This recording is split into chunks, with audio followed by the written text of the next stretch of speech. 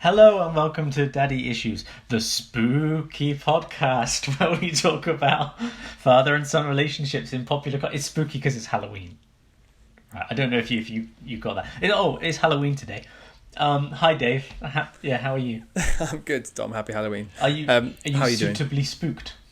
I'm now. Yeah, that was creeped me out with that intro there. Good. All right, catch you now. It's the way you went. It's the way you went spooky. I thought there was a ghost in the room. There was the ghost of Scooby-Doo. I was going to say. Yes. Kids raised on Scooby-Doo are trained to find that really terrifying. Yeah, or to really touch a nerve, the ghost of Sean Connery. Oh, that is breaking news. I know, Within the it's last horrible. Couple of hours, that news is broken. Yeah, I don't know how much we want to talk about Sean Connery, but maybe this next week we've found our father-son movie. We're going to have to come back for Indiana Jones and The Last Crusade. Yes! Last Crusade, absolutely. Yeah, although, as we've discussed before, just because we mentioned it now doesn't mean we're ever going to do it. But today... We signed in spooky blood. Oh, okay, let me just prick my finger and smear it all over my screen. Yes, you have to smear the word spooky. Anyway, because it's Halloween today, normally I think you're supposed to release things for Halloween, but we're doing it on Halloween. Because it's such a spooky day, we wanted to do a kind of a horror movie for the father-son horror movie. So we chose to go for Stephen King / Stanley Kubrick's The Shining. Oh, that's Psycho. That's Psycho, yeah, sorry. It's a very squeaky axe. He's oiling that axe. Yeah, you got to, especially in that kind of winters. So you just watched it today, right? Yes, yeah. Not for the first time, but I rewatched it this morning / this afternoon in preparation. Yes, I remember the first time I saw it, I was 17 at a Halloween house party, very topical. Perfect timing. And there was a girl who was very scared, and it was great. Oh, because it was like flirty teenage. Oh no, you don't have to be scared. Oh, the guy's got an axe. Was there cuddling? I don't. You know, you don't want to cuddle. Real and tell. Gentleman never tells. But yes. You player.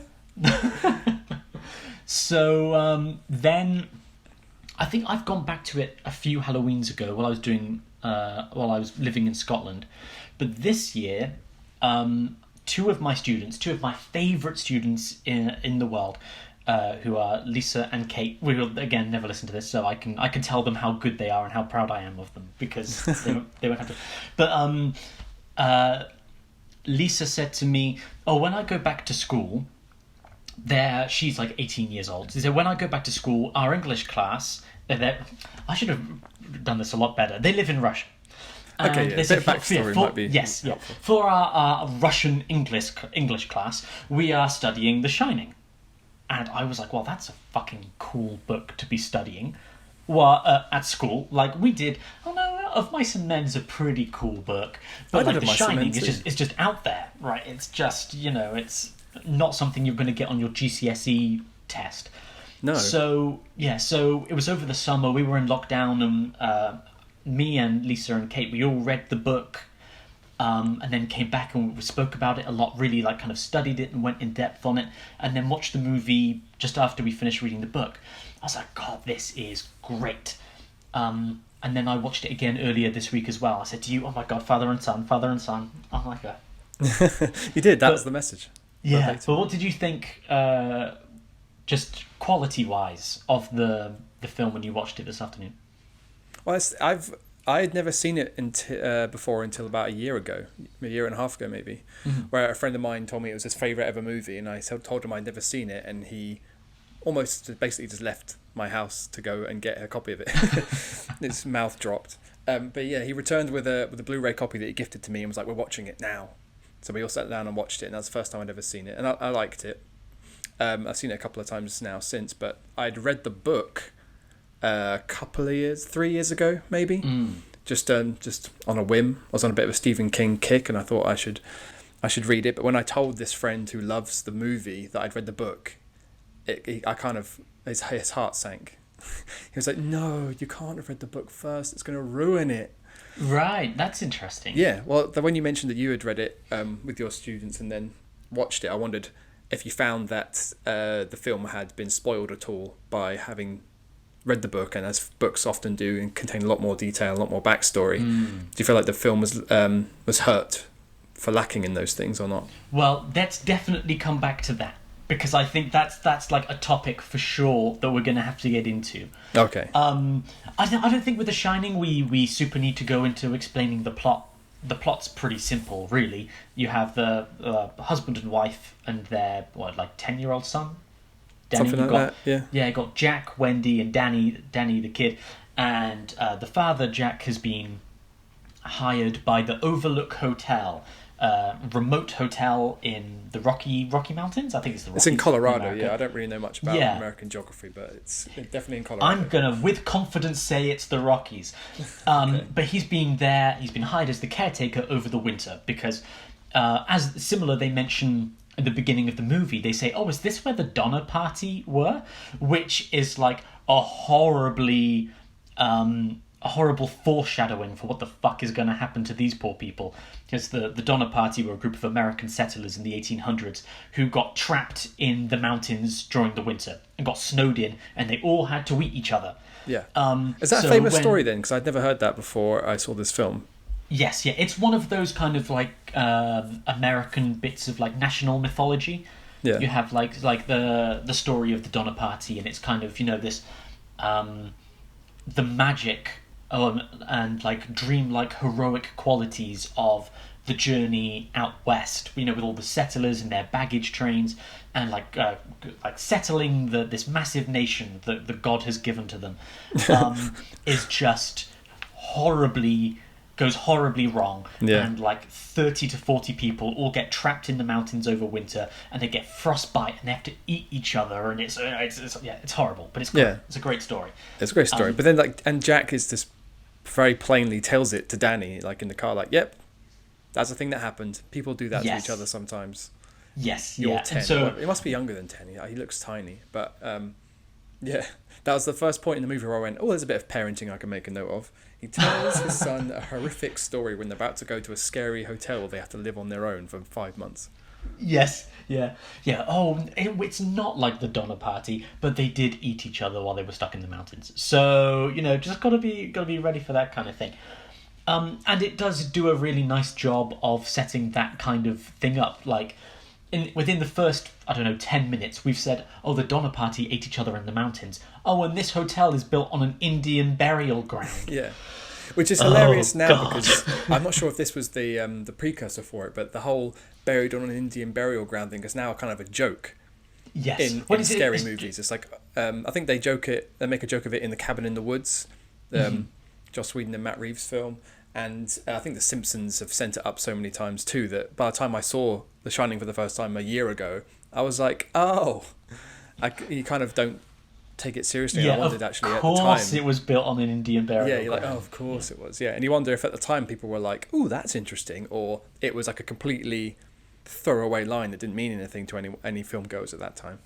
Yeah, well, I think it's definitely a Stephen King related thing, because I'm Pet Sematary as well. The Pet Cemetery is built on an Indian burial ground, and that's why the pets come back to life. But Stephen King has like a bunch of cliches. I might be wrong about that. The only thing you really have to know about the Pet Sematary movie is that it has a Ramones soundtrack, so it fucking kicks ass. The original one or that remake that they did? Oh no, the original one, the one with the "I don't want to be buried in a pet cemetery."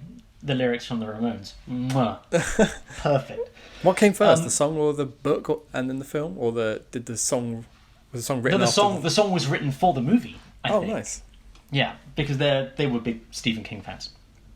But yeah, like he's full of cliches. Stephen King. It's like almost everything takes place in Maine, in like New England, which is not as good as the Old England. We should say. Firstly, there's not many Native American burial grounds in Old England. New England seems to be full of them. But yeah, that's probably the fault of the people from Old England anyway. But yeah, he's always in Maine. There's always an Indian burial ground. You can pick out those kind of Stephen King-esque elements, I think. Yeah. But yeah, let's go into, I guess, into our three main characters a bit. So we have Jack Torrance, played by Jack Nicholson, which is very convenient for remembering his name. Yeah, well, they changed that as well character from the book, didn't they? He was called John in the book. Well, this is one of the things I was thinking about as well, because we have the famous "Here's Johnny" line, and this is one of my three inconsistencies within the movie that I kind of wanted to get into later on. I'm sorry, I keep jumping ahead for you. No, that's okay. You have the name John and Jack, which historically have kind of been interchangeable. In America, yeah, certainly. Yeah.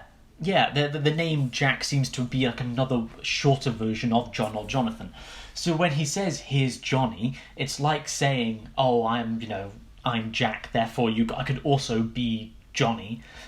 Well, but they didn't establish him at any other point in the movie as being called John, Jonathan, yeah. Well, or the thing anything. the thing with the "Here's Johnny" line is it's not a reference to him at all. It's a quote from Ed McMahon from the Johnny Carson show.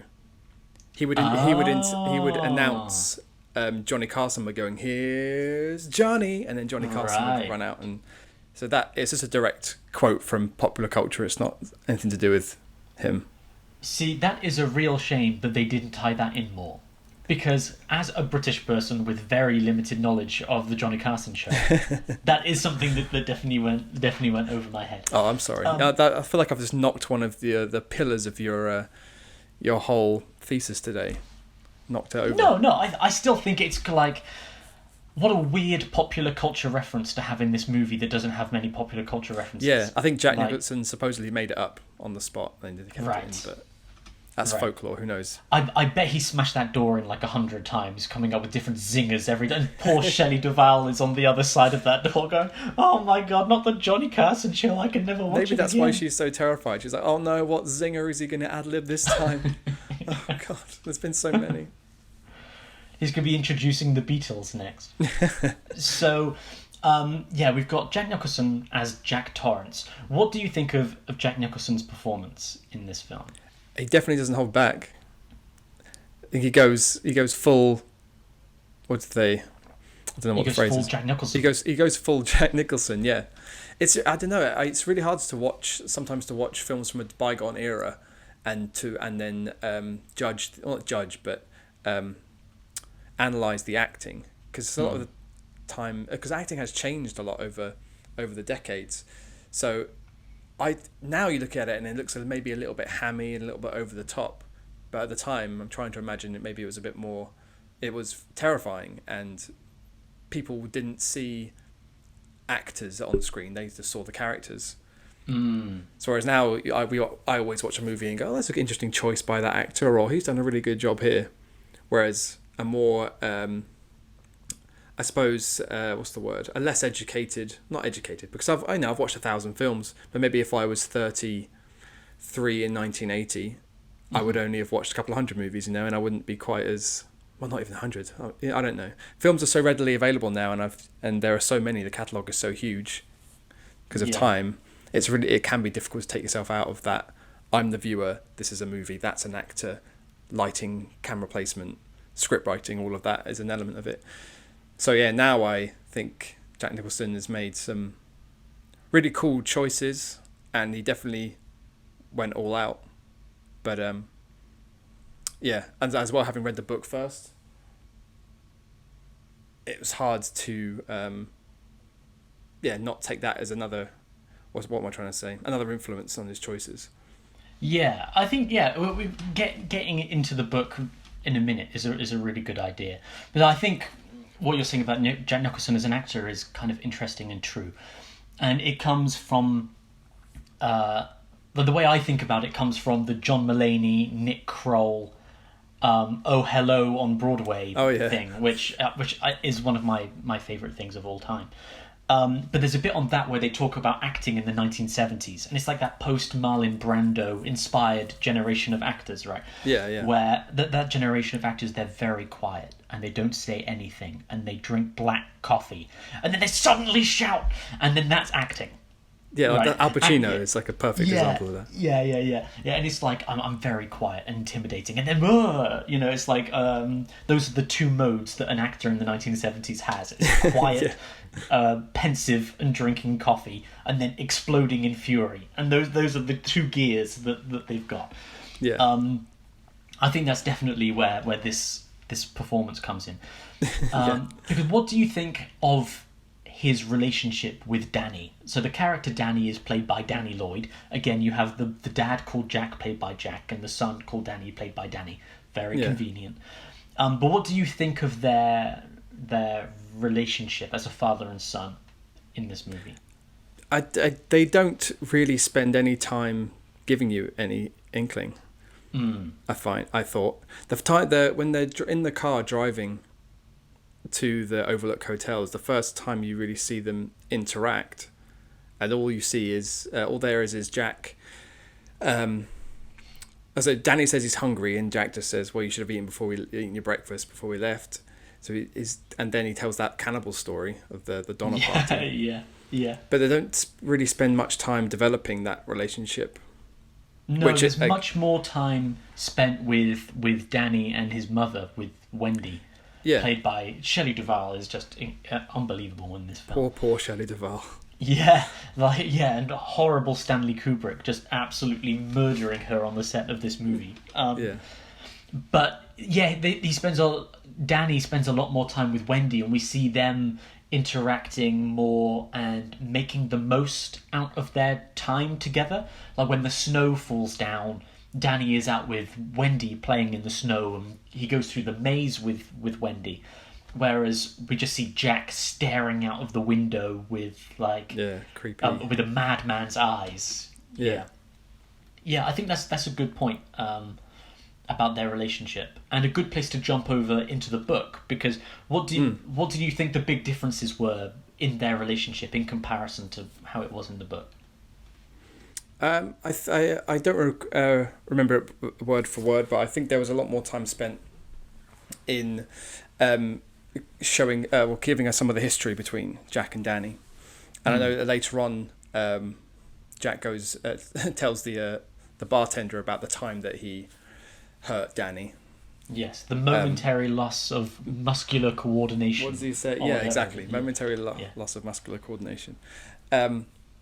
But in the book, I think it does tell that story, basically just like that Danny got into his papers and dropped them on the floor, and Jack flew off the handle a little bit. But it also builds up more of Jack, that is not atypical for Jack. Mm-hmm. That is kind of within his personality. And because I know that the reason he needs the job for the winter is he's a teacher, and he gets fired for doing a similar thing to a child. I can't remember what it is. I think a kid is going to do something to his car. Yeah, he's a teacher at college, I think. So the student is like 18 years old or 19 years old, and but the kid has a bit of a stutter in the book. So Jack cuts him from the debate team because he's got a stutter, and he's like, unless you can improve your stutter, you can't come and do the debate. But this is a kid who's just been given everything his entire life, and Jack kind of hates this kid because he's got a rich dad, and he messes around, but he never gets disciplined because his rich dad funds the school and all this kind of stuff, whereas Jack's had nothing his whole life. Yeah. And he cuts this kid, and he takes satisfaction from, this is the first time this kid has ever suffered a loss, is me telling him he can't have it. Right? He's like the school quarterback, all of this stuff. But Jack has the power to say no to him, and he does. But when Jack goes outside, he finds the kid slashing his tires. And I think he is 18 or 19, I think, this student. But yeah, Jack just lays him out. Basically breaks his nose, and then I think maybe he hits his head on the pavement. I think Jack basically pushes him. It's aggressive but not ultra violent. And then the kid hits his head, and it's in a coma or something, and the school is yeesh. They can't just let that slide, even in the 70s. So there is a lot more time put into Jack's backstory, as you're saying in the book, that we just Yeah. don't get in this movie. Because in the film, But- you're not sure what to believe. The whole Yes. thing is very vague, and very little time is spent in backstory. And the film begins with Jack going for the interview at the hotel, and then within 10 minutes, the whole family are going there to begin what will be the whole plot of the movie. So there's no time for us to learn anything about these people and what they are like and what their behaviour is and what is likely for them. And would Jack do that? Would Wendy say that? Would Danny say that? We have no idea. We're just dropped into this new situation with them. Yes. Yeah, it is a bit of a shame. And I understand why, because the movie, obviously the movie's very different to the book. But the movie is much more interested in the atmosphere of the hotel than it is in the story of ghosts. Yeah. Whereas it being a Stephen King book, he's like, the history of the hotel is haunted, and there were gangsters in the 50s, and there were Native Americans being killed in the turn of the 20th century, and it's this bigger, like, why is the hotel the way that it is? Why is Jack the way that he is? And how do those two things combine to create this monster? Yeah. Whereas the Kubrick movie is like, have you noticed that this hotel is fucking terrifying? Because it is. And also, I don't know if you noticed, but Jack Nicholson's a psychopath, and we're going to put those two things together and then just let it play out. There's something as well about that casting, in that if you weren't sure what was going to happen, if you had just walked into this film and you got kind of a sense that things were on a bit of a knife edge, and the film was going to be a little bit creepy, if not downright scary, and then Jack Nicholson is the lead, you're like, shit's going to go bad. Of course it is. They've hired the guy who can handle shit going bad. Of course it's going to be... Of course it's going that way. Yes, yeah. People are not going to make it out of this alive. Yeah. I think that's actually one of my key problems with the movie, again, in comparison to the book, is that, as we were saying before, in the book we spent a lot more time focusing on Jack's regrets. And in the book, Jack is an alcoholic, and he did hurt Danny that time, possibly more times, but he spent the last few years of his life trying desperately to do whatever he can to not give in to his alcoholism and the violent urges that just fill his body.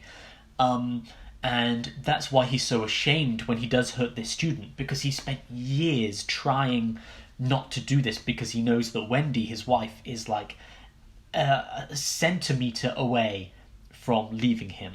Yeah. And it goes into that in great detail in the book, where there's one night where I think it's Jack is with another friend from the school, and they're driving along, and they hit someone when they're driving their car. But they get out of the car, and they can't find anybody on the road. There's nobody by the side of the road. They look for hours. But they don't know if, because they were drunk driving, they both hallucinated this person, or if they actually killed someone. And that night he gets home, and Wendy says, Jack, we need to talk. I have something. Like, she's going to say, I want a divorce. And he's just like, not now, please, Wendy. Like, any other day, just not now. But he tries his hardest to change as a person. And it's why when in the movie we get that scene with the two of them on the stairs, as he's going after Wendy, she's got the kitchen knife trying to fend him off. Baseball and bat. He's like, the baseball bat. Yeah. He's like, I don't think you. He's like, why don't you understand my responsibility here? Because this character is trying desperately to hold his family together whilst trying not to be an alcoholic and trying not to give in to this violent part of his humanity. Yeah, whereas, but that's an insight we just don't have. Yes, exactly. Film. And then in the movie, it's just like, he's crazy from the beginning.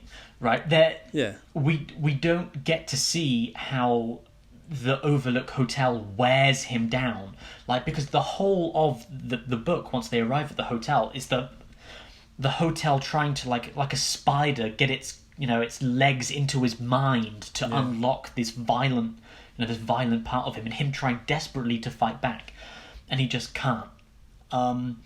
Whereas in the movie, like, he's already a psychopath in the car on the way there. Like, he's got the full-on Joker smile. He's talking about cannibals, Again, it's just the casting of it. But then, so it's hard to... Again, like I told you the first time I watched this was with a guy who loves this film. So I come out of it and I can't really say, well, there's a lot of things that don't really add up. There's so much is left to assumption in retrospect. Like we can watch the whole film and go, oh, I guess he was always a bit crazy. And again, with like the alcoholism, like he goes into the empty bar in the empty Overlook Hotel and says like, I'd give anything for a drink. And he has this real, that's right after he like wakes up from a horrendous nightmare where he dreams that he kills Wendy and Danny, and then Danny comes into the room after Wendy finds him and distraught, and then Danny's got the bruises on his neck and his shirt's all ripped and stuff.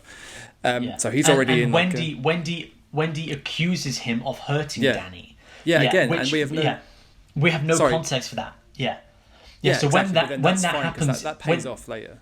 Yeah, but when that happens in the book, we've had 100 pages really of Jack saying, Wendy doesn't trust me anymore, and every time she looks at me, I can see there's some part in the back of her mind that remembers when I hurt our son. And he is obsessed with the fact that Wendy doesn't completely trust him or love him anymore, because she can't forget what happened to Danny. So when she comes in then and says, you did this to him, it's like stabbing him in the heart, because he's tried so hard. He's given all of himself to trying to be a better father, but the first thing Wendy assumes is that you are a bastard and you hurt our son.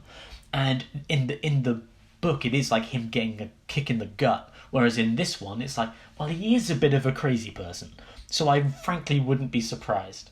Yeah, sure. But then they do it in the reverse, in the next scene, he gives us that kind of dialogue straight up and says, she doesn't trust me, she'll never let me forget what I did that time, it was only once and it wasn't really my fault, and blah blah blah, excuses. Yes. And then she comes in and he is not willing to forgive her for what she said, but she's like, she turns there's a quickly. Crazy person. Yeah, it seems like there's a scene missing there where Shelley Duvall takes Danny to a safe place and consoles him, and then she's so angry with Jack, but then Danny turns her energy around by saying, there was a lady in the room and she put her hands on me. And then that'd be a nice moment to see the change in Wendy, to when she goes straight from like hating and wanting to take her son away from her husband to needing Jack to potentially protect them from a dangerous person that she believes is wandering the hotel.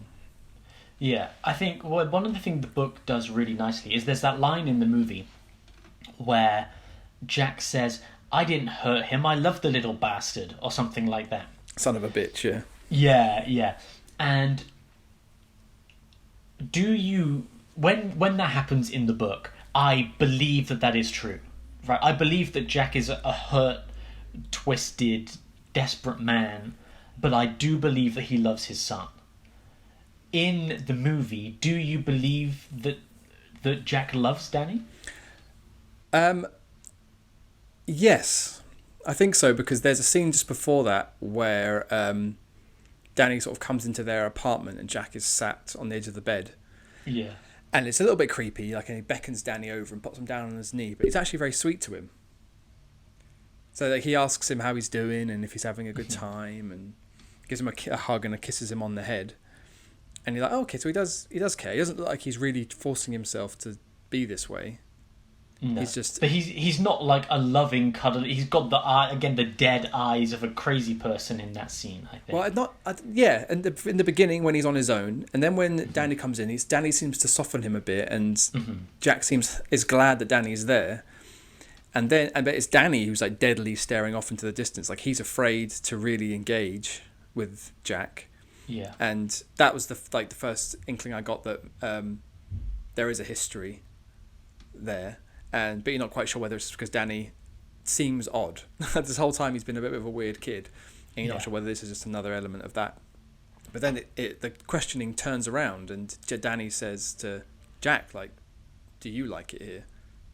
And Jack says, yeah, I love it here, and I'd like to stay here forever and ever and ever. Which is, the ghosty twin girls had just said to Danny a little while ago, because he's already freaked out. But I did get this sense that that Jack really does care for Danny and wants to look after him. Even when, how does that end? I know I wrote it down. I didn't write it down. Yeah, I think at that point you do. And if anything, Jack is just a bit too self-involved to even give Danny any, like, to make any effort to give Danny any affection. Like, he only gives him affection because he happens to be there. At no point have we seen Jack go to Danny in any situation and spend time with him or engage with him at all. Yeah, I think that's true. And it's interesting what you were saying earlier on about you feel like there's a scene missing between Danny and Wendy where Danny says, "No, it wasn't Dad that hurt me. It was the crazy woman in room 237." Yeah. I think, and I'm not 100% sure of this, but I'm pretty sure that the original cut of the movie, as it was released in theatres, is about 3 hours long. But the version and the cut that is on Netflix and the TV release is about 30 to 40 minutes shorter than the original release was. Because I watched it on Blu-ray and it's like an hour and 50 or something. Yeah. Oh, did you just watched it on Blu-ray? Yeah. Yes, right. Yeah. And I'm pretty sure that there is a fair chunk of this movie missing from what was the original release. Because I know that there is a scene at the beginning of the film where Wendy is talking to, before they go to the hotel, where Wendy is talking to a social worker about the fact that Jack hurt Danny. And Wendy's like, "Oh no, it didn't happen again. It is only one time." Was like establishing his history before they go to the hotel. But that's not in this one. And I think the idea was that the original movie was overly bloated and took out a lot of like the atmospheric horror side of it. That side of it, there was like the rivers of blood and the two girls and things like that, and the twins. But it removes a lot of the story, I think, by cutting that out, and it takes it down to its bare essentials of the atmosphere. Whilst those kinds of important scenes where those character moments are gone, I think. Yeah, that's really interesting actually, because I know that the differences between the book and the film are widely talked about and written about, and about how Stanley Kubrick even intentionally went against some of Stephen King's wishes for his adaptation. Maybe not just to piss him off, but because that's what he wanted to do. And even if he promised Stephen King he wasn't going to change it, he did it anyway because that's what he wanted to do. But it's interesting to think that perhaps he did put a lot more of the book and a lot more of the character development into his initial idea, his initial plan and script and cut, only for someone like an auteur like him. You can't imagine that he sat in the 3-hour version at the premiere and went, yeah, maybe a lot of this is crap. Like by the time it's out there in theatres, this is his vision, this is his piece of work and his art, and he's done with it. So I can only imagine that it was some studio or just some distributor head that was like, it's not doing as well as we would like. Why don't you make it a bit shorter and maybe we'll sell some more tickets or sell or a few more VHS copies or whatever. That's kind of an interesting thought. I never knew that side of the story. Yeah, well, checking it out now, or maybe I've got it slightly wrong. So when it was premiered and it was running for a week, there was some extra scenes that take place after they escape from the hotel at the end. But then Kubrick cut after the premiere and the film. He did see it and then cut out some. Then the European release for the film cut 25 minutes from the film, which includes Danny being attended by a doctor, more references to Tony, his like finger, like the embodiment of The Shining within himself. Yeah. References to how Jack injured Danny when he was drunk, and more footage of Scatman Crothers as Halloran, his Shining friend, trying to get to the hotel. And I think there was already a lot of footage of Halloran getting to the hotel.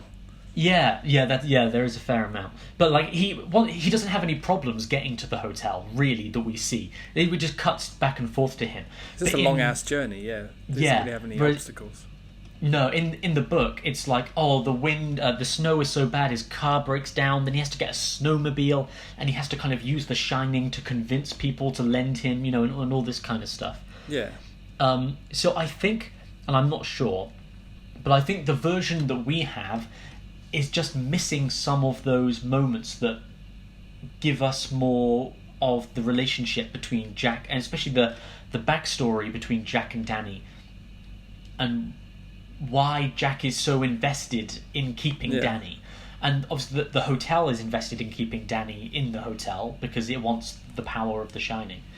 And why Jack is so invested in not... When Wendy he says, you want to take him to a doctor, don't you? What he really means is, you're trying to take him away from me. And, like, the most important thing to him is keeping Danny in this place and not letting him out. Yeah, because at that point I feel like it's the hotel that's talking, not Jack. Yeah. Not literally, but Jack is so now infused by the energy of the hotel that he's acting on its behalf. Yeah, what do you think of the Overlook itself? I think it's really cool. It is great. Yeah, it's a great building, isn't it? I can't think if I heard that some of the exteriors of the hotel it was just like a 2-dimensional, like Wild West show kind of set, like a 3-story tall front of a building, and there was nothing behind it whatsoever. I don't know if that's true. Right. Maybe I'll have to look that up. I'll put it. Maybe we can put a little editor's note in post production. Yeah, whether that's true or not. So the hotel that they used is called the Timberline.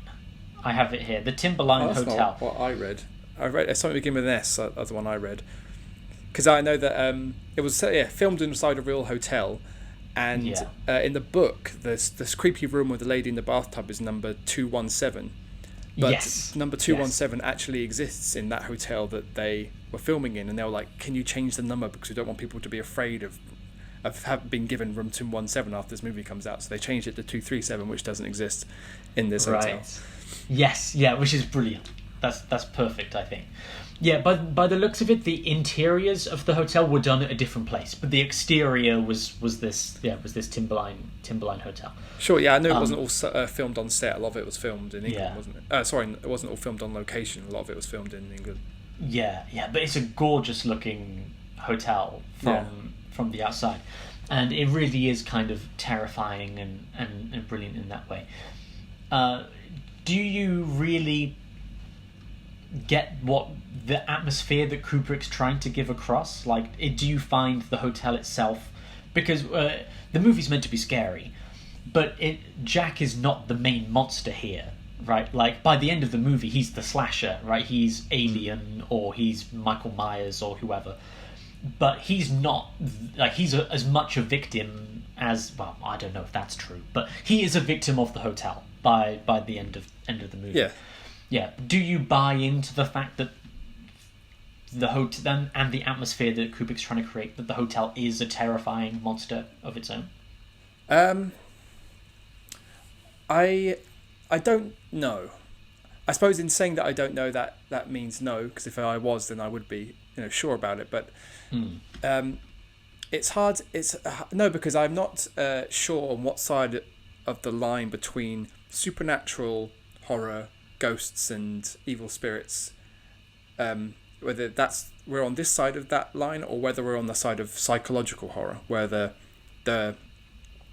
real truth of it is Jack's psychotic break and the damage that already exists within him from before he arrives here. So I don't know if the film's supposed to feel that ambiguous, but it does to me. Like, I still am not convinced either way whether this is meant to be a ghost story or whether it's meant to be a story of psychosis, or if it's something in between.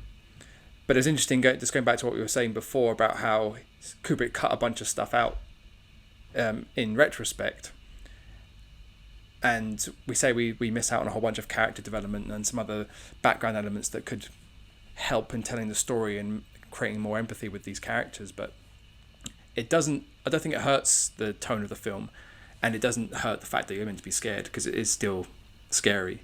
And maybe that's the choice. Maybe it's, if you're going to have to cut some of the fat from a 3-hour movie, what is the goal? Is the goal to tell a drama about a family and how all the cracks that exist within them, or is the goal to scare people? And it feels like that's the way they went, and I can definitely imagine people shitting their pants in the cinema. Oh yeah. I think what you said about that blend between supernatural horror and psychosis leads me nicely on to Dom's problems with The Shining #2. we did my first one earlier on with his Johnny. I fixed that one. Let's see if I can fix this one for you. Okay, my second one is all work and no play makes Jack a dull boy.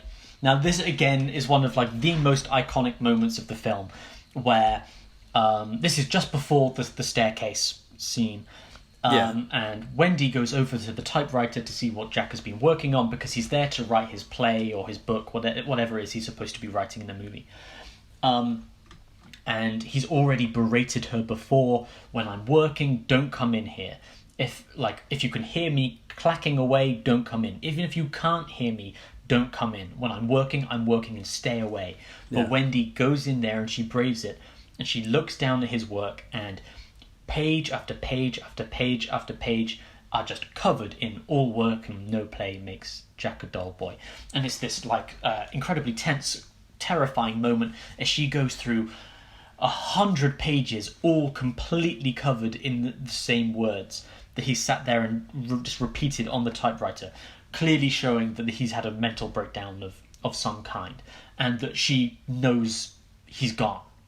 Right, at this point, no matter what he says, no matter what he does, the light bulb is gone. Jack's, he's snapped. And the reason that I have a problem with this, because it's an amazing moment, there's no, it's terrifying and brilliant. But the problem I have with that moment is that by showing that he has done nothing except for repeat those words every day since he got there, we showed that his character hasn't actually gone on the supernatural psychotic journey that we're trying to establish that he has.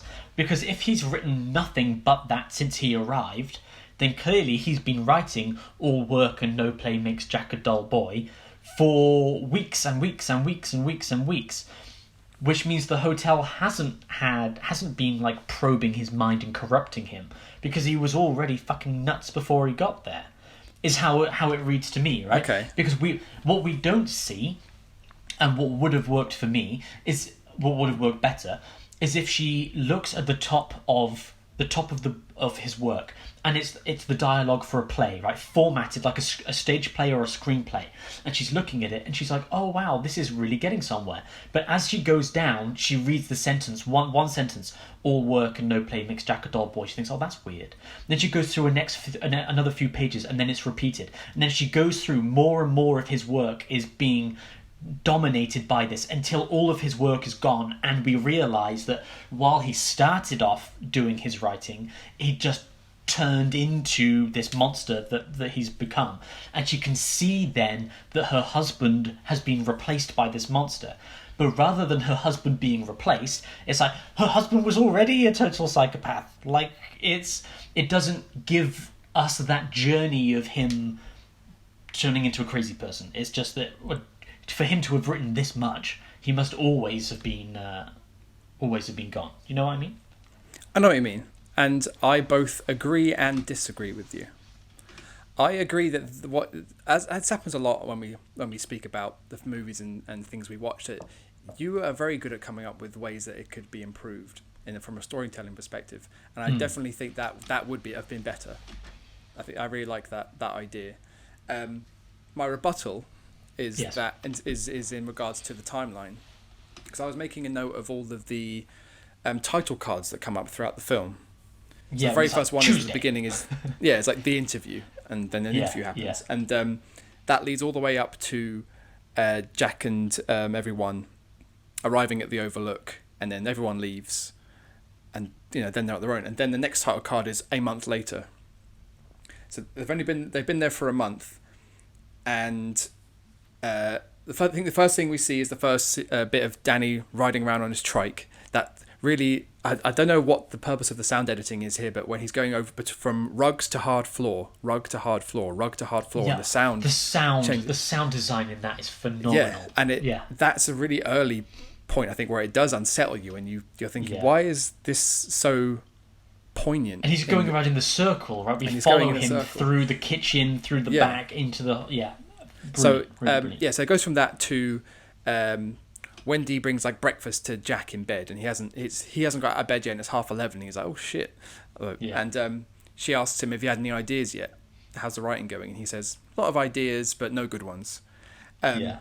So he's not really been doing much, and then we see shortly He's after bouncing that the tennis ball and he's stuff, chucking a isn't ball he? up against the wall, but we see on his typewriter that the page is blank, and there's no pages around his desk. So I assume that it's been a month and he hasn't written shit. He's just been sat there or walking around, chucking a baseball around, or whatever. So it's not like he's been writing or working on a play since day one. At this point, it's been a month and he hasn't done anything. Maybe he's not. Well, I don't know. Maybe he hasn't been feeling the effects of the hotel yet, or maybe he is, but it is a slow burn.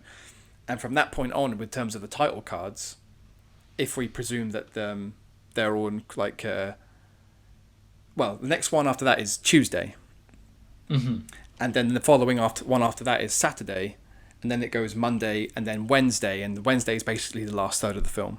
So if you presume that those are the subsequent days, from baseball blank page to the end of the movie, it could basically be, what's that? A week. It could be 8 days. So we don't see the first month. We don't really know what happens then, but everything kind of starts to spiral from that point on. So I wouldn't say necessarily that he's been crazy since day one, or he's been under the guile of the hotel since day one, but I still agree that I like Your Way better, and that it's a really good, the whole show don't tell mantra. That'd be a great way of showing a gradual descent into madness, and like you say, Jack being there in the beginning, but slowly being whittled away by the hotel. Yeah, I feel like, again, that's like a modern script writing technique that would not necessarily fit into Kubrick's way of filmmaking. Like, I think what I said or what you said. Of what I was saying before. I think what you're saying. I think you're definitely right. But that kind of like gradual descent doesn't. What Kubrick wants is the effect, right? She looks at it, bang, it's there, bang, bang. I love how it's like formatted in paragraphs too. It's not just like a list, like go and write 100 lines. It's different paragraphs of different sizes, and every word is the same except for the odd typo. Did you notice any of those? Yes. Like, or even like spacing. There's like spacing is slightly different. Like all work and no play makes Jack. Oh crap! What was it? Like a dull butt and and a dull boy with an O-double-L instead. Little things like that, which makes me. When she flicks through all that, I'm thinking, fucking hell, some runner. Yeah, they couldn't just print that out. Had to just sit there. Well, not one. Maybe they did it in shifts, but they had to just sit there and write pages and pages of that, formatting it differently, and that's the kind of filmmaking craft that, like you said, like you implied, you wouldn't have to do now. You could just print out a bunch of them off a computer, even making it look like it's been typed on a typewriter. Yes, the good old days. Yeah, just looking at something quickly on Wikipedia here.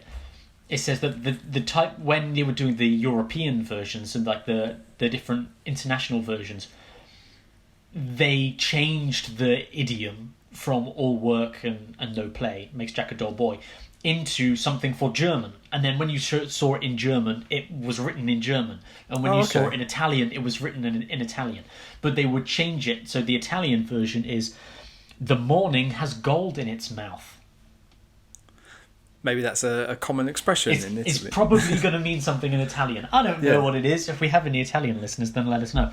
But yes, it's it goes to show that not only did they have to produce all work and no play makes Jack a dull boy, they also had to do it in German, in French, in Italian, in various different versions, which is, gotta respect that effort. You do have to respect that. That's cool. Yeah. You don't know. You can't really know whose decision that was, but I'm glad they did. That's nice.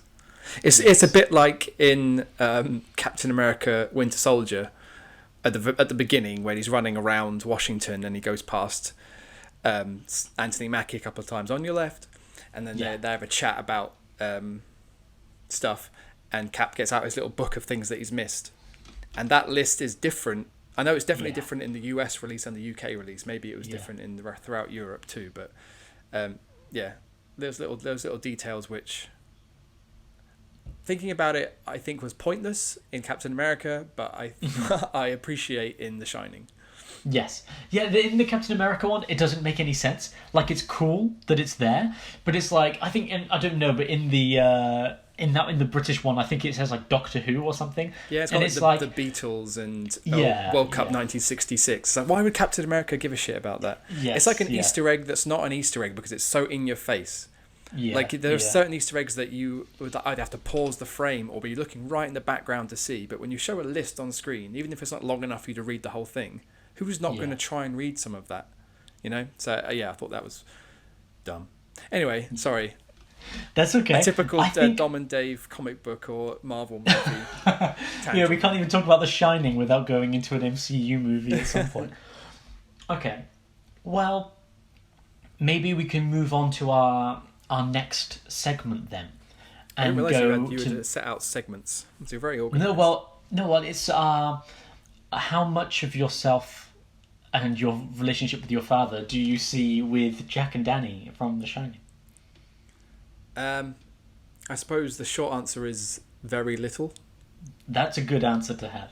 Yeah, I didn't relate to that relationship at all, really. I suppose thinking about it, I know Jack wants to be a writer. In the book, he wanted to write. He was a playwright, wasn't he, or wanted to be a playwright? I think he'd had plays put on, didn't he? I can't remember, like a local theatre. Yeah.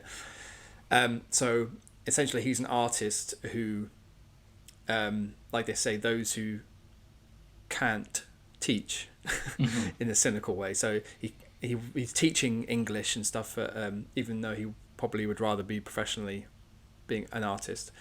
Loses that opportunity and has to take a working class job to support his family, which there are parallels to my dad. I think I mentioned in the last episode, he went to college and studied art, and I think that's what his passion was. But then when he wanted to have a family and get married, he knew that wasn't sustainable, so he joined the police and took on, a steady, respectable job. So I suppose there's a modicum of comparison there, but I suppose they end because I can't see any comparison between me and Danny that I could really draw. I think at that age I was crazy psychic people. Oh well, besides that and the hair. But no, I think at that age I was pretty happy-go-lucky, and I didn't really pay attention to much beyond fun and games and having a nice childhood. So I kind of feel bad for Danny, I suppose, and if I feel a bit guilty, like people like him. Can I just say, actually, while we're talking about it, the kid who plays Danny is amazing. Oh, he's brilliant. Like, thinking about it, I was just watching it again, and just this, I don't understand how this kid is acting this deeply. Yeah. I don't know how it's done, whether little kids like his age have proper acting training, or whether they just, have a bit of song and dance training if they're going to go to the Disney or something, or whether they just go, okay, now act like you're scared, and now act like you're having fun, I don't know how it works, but however they got it out of that kid, it's just incredible, completely believable. Yeah. He doesn't look like an actor. Totally. Like I said before about, it's hard not to watch Jack Nicholson and go, oh, I wonder why Jack Nicholson's done that. Like, for example, Never Blinking. Did you notice that? No. In the scene, in the sorry, we're going backwards in your structure. No, that's okay. In the all work and no play scene, sorry, he doesn't, all the time Jack Nicholson's on screen, he doesn't blink. Not once. Right. It's like he's like walking after Wendy at the beginning, and he's like, "What do you think we should do with Danny?" All that stuff, doesn't blink. And then when he's following up the stairs, doesn't blink at all. And again, like, that's an interesting choice, and well done, because that must have been hard. But yeah, with the kids, like, he's not making artistic choices. He's just doing what he's told, and somehow he's the most believable probably joint most believable performance, because I know Shelley Duvall actually was basically abused and tortured to try and get the best terrified performance out of her. Yeah. So she, I suppose it's hard to say she does deserve credit as an actor for pulling off a performance, but she deserves more credit as a human being for surviving that workplace. Yeah, absolutely. That's kind of why I was drawing. That's her job, and they do that. Oh, yeah, but sorry, but getting back to your point, I suppose, and this leads into how what I've been thinking about since you suggested this as an episode. Mm-hmm. You brought this up, and as an episode of Daddy Issues. And comparing it to our other episodes, I was kind of like, that doesn't really fit with with what we've been doing, as far as I can see from my perspective. So, yeah, I drew the conclusion that you must have something. This must hit you in a particular way. So I'm interested to see what you have to say about that. Oh God! All right, here we go. Here's therapy. It's good. Therapy's good. Yeah. I don't think I see a particular father and son connection between me as Danny and my parents as Jack, necessarily.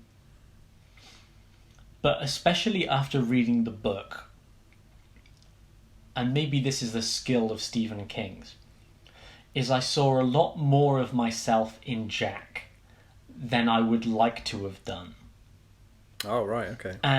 And it's not just he's a writer who can't get any of his writing done, right? Although that's obviously going to be a part of it. But Jack and his sins and his desperation in trying to account for his sins and ultimately failing is something that I connected to very deeply in the book. And I think that's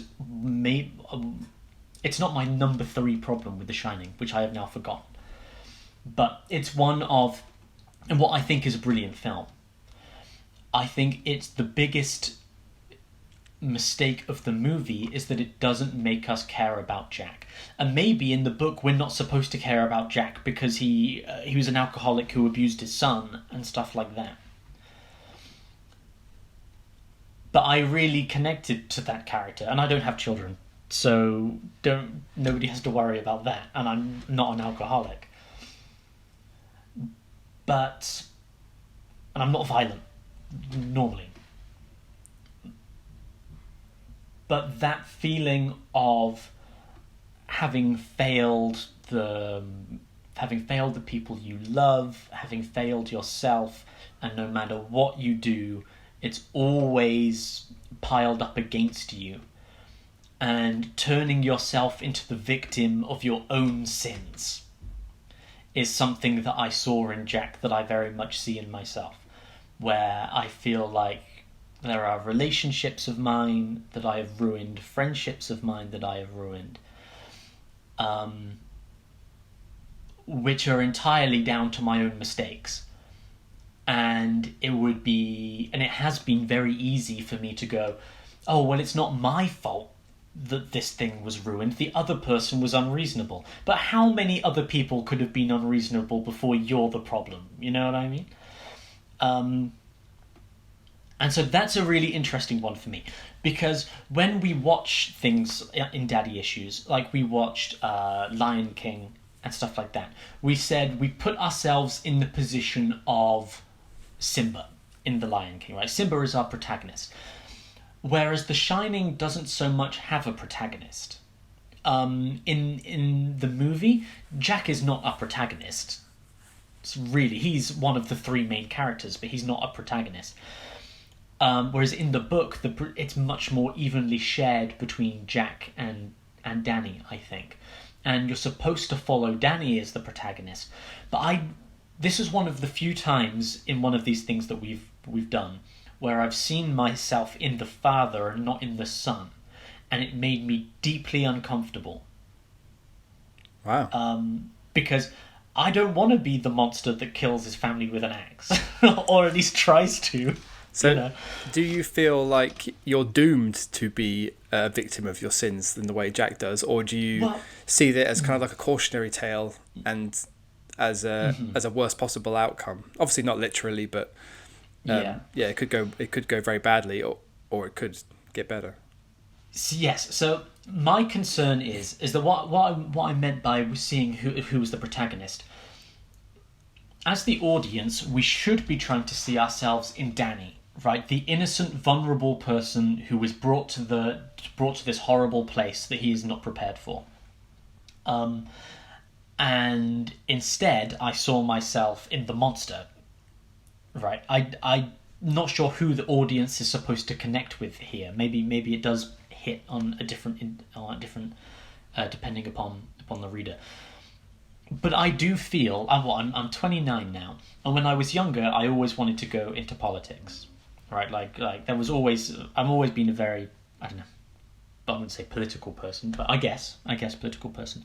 Opinionated, but now vocal. Yeah, all right, that's probably true. But now, by the age of 29, I feel like I have made enough mistakes in my life that my political career would last about 5 minutes before a scandal broke out and I was removed from my political post. A pre-existing scandal, not you would get drawn into a new one. Okay. Yeah, not a new one. Yeah. Although knowing me, undoubtedly, something would happen. But it feels like already I have corrupted myself, or the situation has corrupted me, or enough things have happened that I could no longer consider myself a good enough person to do the good in the world that I feel should be done. Does that make sense? Yeah, so you don't feel like you're the protagonist in your story anymore. Well, I don't. Maybe I'm the protagonist in my own story, but I'm not the innocent, vulnerable person that should build a better world. I'm the person that's waiting to go to the Overlook Hotel so that it can get its claws into me. That's. Do you think that the Overlook reached out to Jack and brought him there because of Danny and The Shining, or is it some mad coincidence that the Torrances end up there? Well, in the movie, we have that bit at the very end, and this does lead me on to Dom's problem with The Shining, number 3, which is the very end of the film, where we zoom in on the photograph from the 1920s. Yes. And we zoom in on the close-up to Jack Nicholson, and it's like he's been there since the 1920s. He's always been there forever and ever. And that's this supernatural moment that we have with Grady, the previous caretaker who killed his family there before, who says, "No, sir, you are the caretaker. You have been here for forever and ever. You've always been the caretaker." Yeah. Yes, yeah. And we get this kind of concept. But in the movie, it's just a creepy finale. I don't feel it doesn't add anything other than that Inception ending moment where you're like, oh my god, is it still spinning, or is he still in the dream? And it's like that, but it's not thematically prevalent enough within the movie to kind of make sense, I think. No, I agree. I don't think it makes a great deal of sense. Yeah, because you just come out going, oh, so was he always in the hotel or what? I don't know. And that's it, right? It doesn't Is there some weird time travel thing involved? Is it gone sci-fi in that way? Yeah. Or has he been absorbed into the history of the Overlook like Grady did, who was a caretaker but 10 years before, less so. Yeah. But yet somehow, when he presents himself to Jack, he's a waiter in the 1920s. So does the next family who gets called to the Overlook Hotel in a winter to fulfill the Overlook's, I don't know, need, is Jack going to then be like presumably somebody important, because he's right at the front of that photo, like a maitre d' or like something like that. So the next family, they're going to be they're going to get to meet Jack. I don't know. Yes. Well, this is a good chance to move over to the final segment of the show, which is, have you seen or read Doctor Sleep, the sequel to The Shining? Neither. But I'd like to. Since I read the book, I think the Doctor Sleep, the book, didn't come out very long ago, did it? No, they're both super recent. Yeah. Yeah. So I think coincidentally, the book came out quite soon after I read The Shining. But no, I'd like to. Yes, Although I immediately questioned the casting of Ewan McGregor in the lead. I thought that was bizarre, but I'd like to give him a chance to prove me wrong because I do like him as an actor. Yes. Yeah. After we watched The Shining this week, the next night we watched Doctor Sleep because none of us had seen it. I'm with my parents. I'm not with some like kind of super exciting group. I'm in my Hugh Hefner-esque mansion, and me and the bunnies decided to watch a double bill of The Shining and Doctor Sleep. There's a power vacuum in the Playboy mansion right now. You could slip right in there. Yeah, if I slipped into the Playboy mansion, it would turn into the Overlook. I have no doubt about that. But yeah, well, we watched Doctor Sleep afterwards, and it's a very different type of movie. It's much more kind of action orientated, I guess. It's not like Ewan McGregor's like hanging out of the back car shooting psychic bullets or anything like that. But there is like an actual monster, kind of, not a monster, but like someone trying to hunt down. The plot of the movie is that there is a little girl who was very, very strong in The Shining, and Danny has spent his life avoiding the use of The Shining because of his terrible memories with the Overlook. But this girl who is very powerful contacts him and asks for his help because there are people hunting those with The Shining to steal their power, basically, is the plot of the movie. And the Doctor Sleep itself is... I can see that face you're pulling, and yes, that was also my concern with the movie. But the character of Doctor Sleep is Danny himself, because Danny has followed in his father's footsteps of becoming an alcoholic and kind of rambling. He just rambles from town to town until he finds a hospice where he becomes known as Doctor Sleep. And he, because of his powers with The Shining, he knows when people are about to die.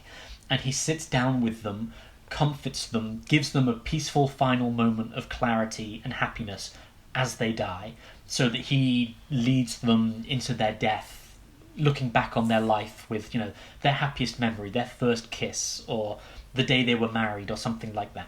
And so this character of Doctor Sleep is really cool and really interesting. But inevitably, we have these like crazy Shining hunters, and they're hunting after them.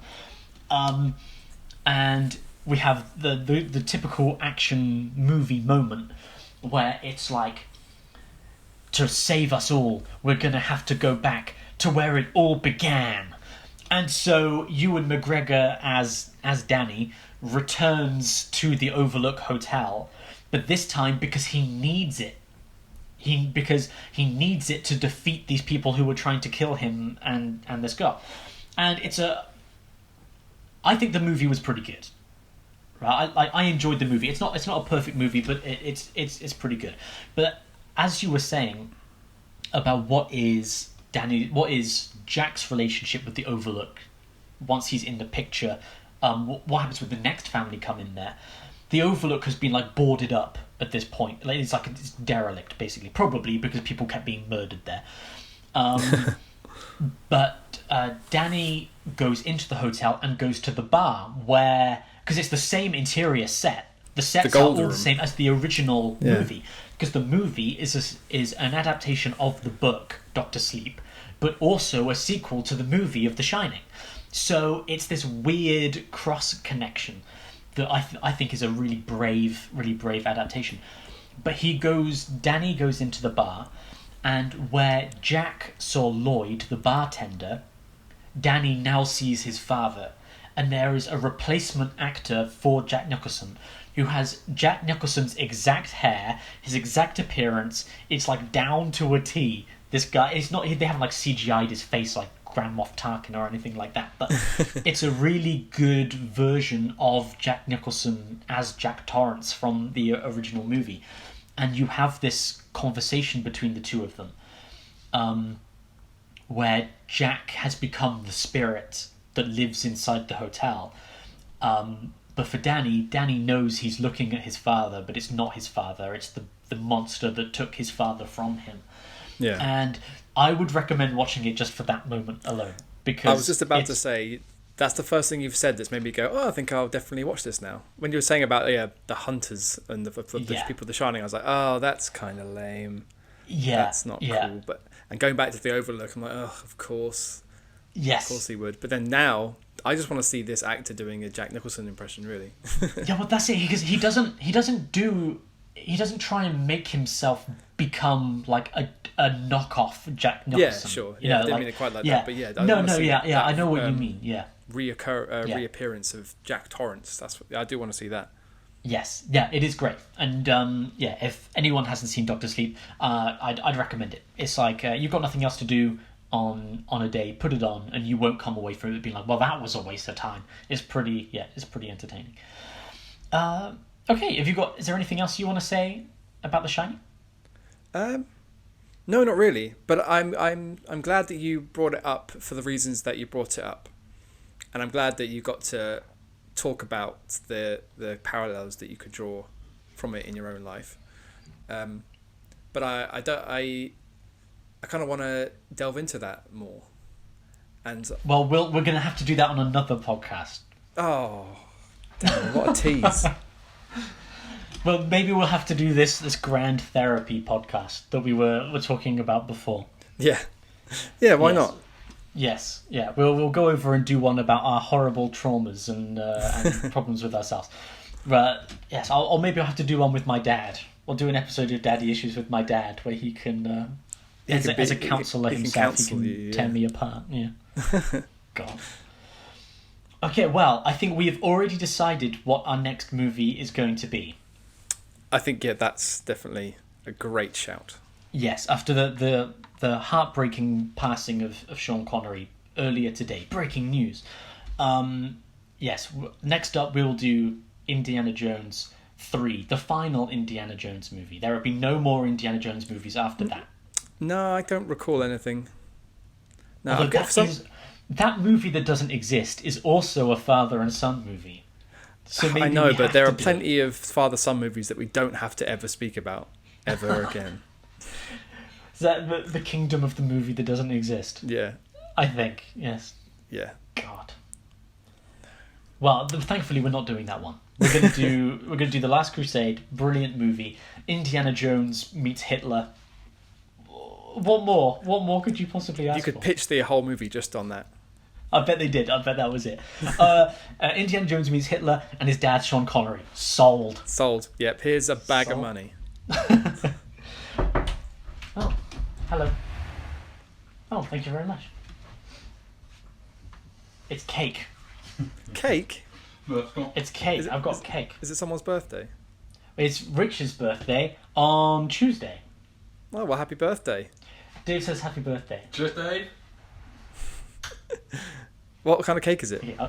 It's a walnut and coffee cake. Oh, I like that. See, this is a daddy issues moment because my stepdad just brought me some cake.